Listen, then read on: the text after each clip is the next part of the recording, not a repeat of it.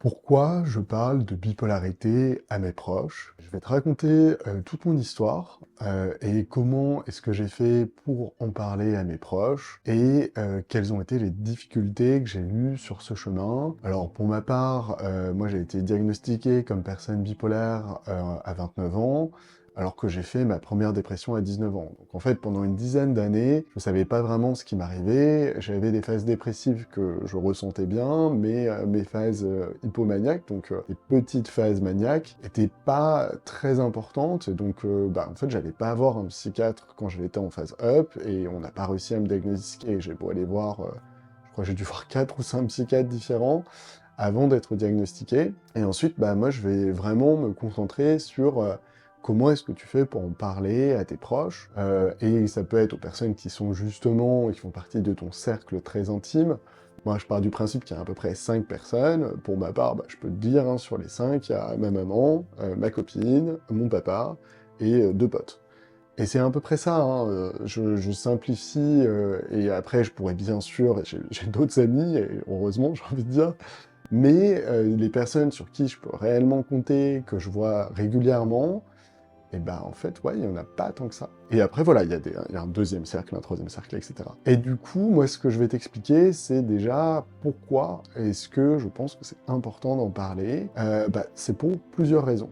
Déjà, la première raison, c'est que ça évite les malentendus. Faut savoir que si t'es là, c'est probablement que tu connais assez bien le sujet de la bipolarité, t'es peut-être concerné comme moi. Pour autant, beaucoup de personnes encore ne savent pas trop ce que c'est, et ils voient ça souvent via des films, via des séries, et en fait, selon les films qu'ils ont pu voir, ils vont avoir une image totalement différente de ce que c'est que la bipolarité, et même de manière générale, tu comprends pas une pathologie, une maladie, hein, il faut le dire hélas, comme la bipolarité en regardant un film. Et donc, ils ont beaucoup de choses dans leur imaginaire, beaucoup de choses, notamment hélas, sur la stigmatisation, sur le fait que c'est difficile, mais parfois il y en a même qui pensent que c'est cool parce qu'on vit des choses différemment, et ça emmène plein de malentendus, plein d'incompréhensions. Si tu poses la question, et moi je le fais souvent parce que la structure pour laquelle je travaille, donc je suis le fondateur, c'est Upstage, et donc souvent on me demande ce que tu fais, et du coup moi j'explique, on aide les personnes bipolaires, et souvent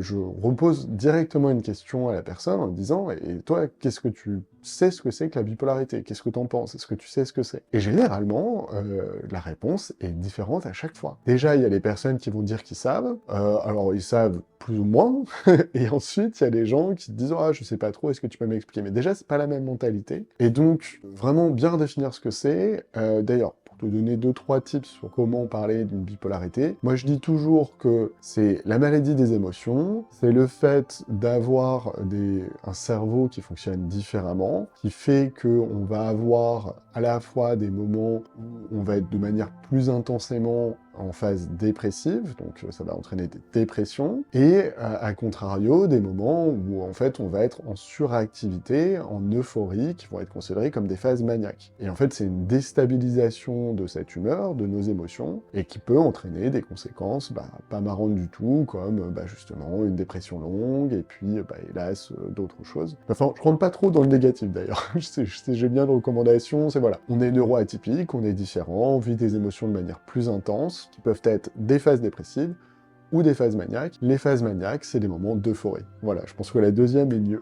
Mais après, réfléchis à toi, ton discours, et réfléchis aussi à toi, ta bipolarité, parce que moi, je l'explique avec mes mots, avec moi, ma bipolarité de type 2, mais si t'es bipolaire de type 1, peut-être que tu veux mettre l'accent un petit peu plus sur, justement, les phases up et les phases maniaques, et expliquer un petit peu ce que ça peut être. Ça peut être pas mal aussi, si tu as envie, de donner des exemples. Voilà un petit peu le fait de t'enlever le malentendu, d'expliquer, de permettre à tes proches de mieux comprendre ce que c'est. La deuxième raison, c'est qu'ils savent comment t'aider. On a tendance à croire que tout le monde sait aider, que tout le monde sait écouter. C'est pas le cas, et il faut pas avoir trop d'attentes envers les autres. Généralement, ils savent pas comment faire, ils savent pas comment réagir, et pour moi, ça a été très important justement de leur expliquer ce que j'attendais d'eux, et c'est pas la même chose si c'est une phase dépressive ou si c'est une phase maniaque. En phase dépressive, je vais attendre souvent un peu plus d'écoute, le fait qu'ils puissent m'aider m'aider par exemple à aller faire du sport, alors ne serait-ce qu'à aller marcher dans un parc par exemple, m'aider à mieux manger, donc à manger un peu plus de fruits et légumes, parce que je sais que ça aide à sortir de la dépression. Et en phase maniaque, c'est un petit peu différent, ça va être plutôt justement d'éviter de troubler mon sommeil, donc plutôt de m'aider à me coucher relativement tôt, pas me pousser à boire de l'alcool, même de ne pas me proposer d'alcool, tout court, hein, je pense que c'est mieux, et puis d'éviter de me proposer trop de choses, trop de soirées, pour éviter que ça s'anime et puis que je parte, quoi. Donc voilà un petit peu vraiment leur expliquer comment tu veux qu'ils réagissent, et chacun est différent, ça pose-toi la question, peut-être de noter peut-être 2-3 points, réfléchis aussi à qui est-ce que t'en parles, et quel discours tu vas avoir avec chaque personne. Si jamais t'en parles à ton copain, ta copine, ton partenaire, tu vas pas avoir les mêmes éléments si tu vis avec la personne, si tu vis pas avec la personne, au niveau de l'intimité aussi. En fait, c'est toutes ces choses-là. Ensuite, tu vas en parler différemment peut-être avec tes amis proches. Tu vas pas rentrer dans le même détail. Les amis, qui pour ma part, sont un petit peu moins proches, grosso modo, je rentre beaucoup moins dans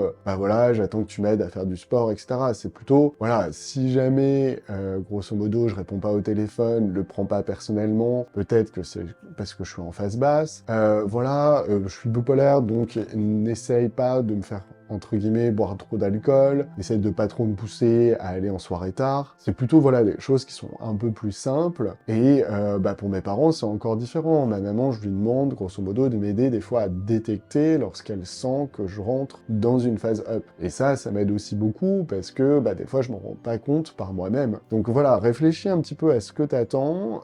Moi, je te recommande aussi d'aller regarder, en description, on a fait des plans d'action en phase maniaque, plans d'action en phase dépressive, et en fait d'anticiper pour éviter que cette phase se déclenche et du coup soit destructrice, parce que on peut mettre en place des actions avant qu'elles deviennent trop importantes pour éviter qu'elles justement deviennent destructrices. Et la troisième raison pourquoi je parle de ma bipolarité à mes proches, c'est parce que je me sens beaucoup moins seul.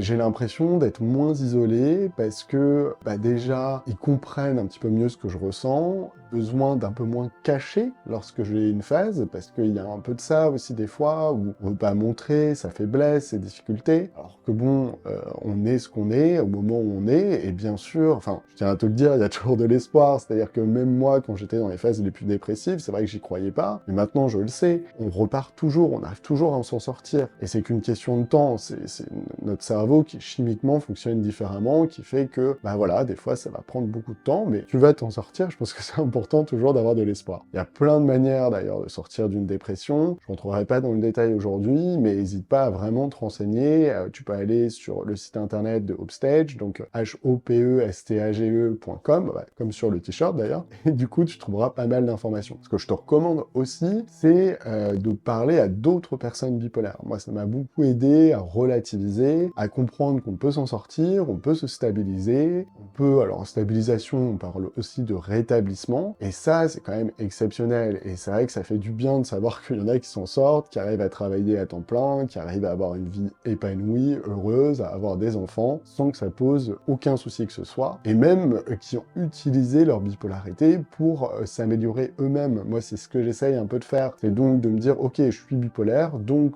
je vais boire moins d'alcool, et je vais transformer en fait cette différence en opportunité, cette bipolarité en opportunité. Après moi je suis curieux de savoir ce que toi t'en penses, comment est-ce que t'as fait pour en parler à tes proches, est-ce que t'en as parlé au début, est-ce que t'en as parlé à tout le monde, parce qu'il y a vraiment plein de stratégies qui sont différentes, il y a, et on l'a pas évoqué aujourd'hui, le sujet aussi d'en parler de ta bipolarité à ton employeur, donc voilà, on a fait une autre vidéo dédiée sur le sujet. Pour résumer en quelques mots, pourquoi parler de sa bipolarité à ses proches? La première raison, c'est que ça évite les malentendus. La deuxième raison, c'est que ça aide tes proches à réagir le mieux possible pour pouvoir t'aider. Et la troisième raison, c'est que ça permet de sortir de l'isolement et de ne pas se sentir seul. Et donc, en gros, voilà, moi je te recommande vraiment de parler de ta bipolarité à tes proches. N'hésite pas à m'expliquer comment ça s'est passé, j'essaierai de t'aider en commentaire. Allez, salut, à la prochaine!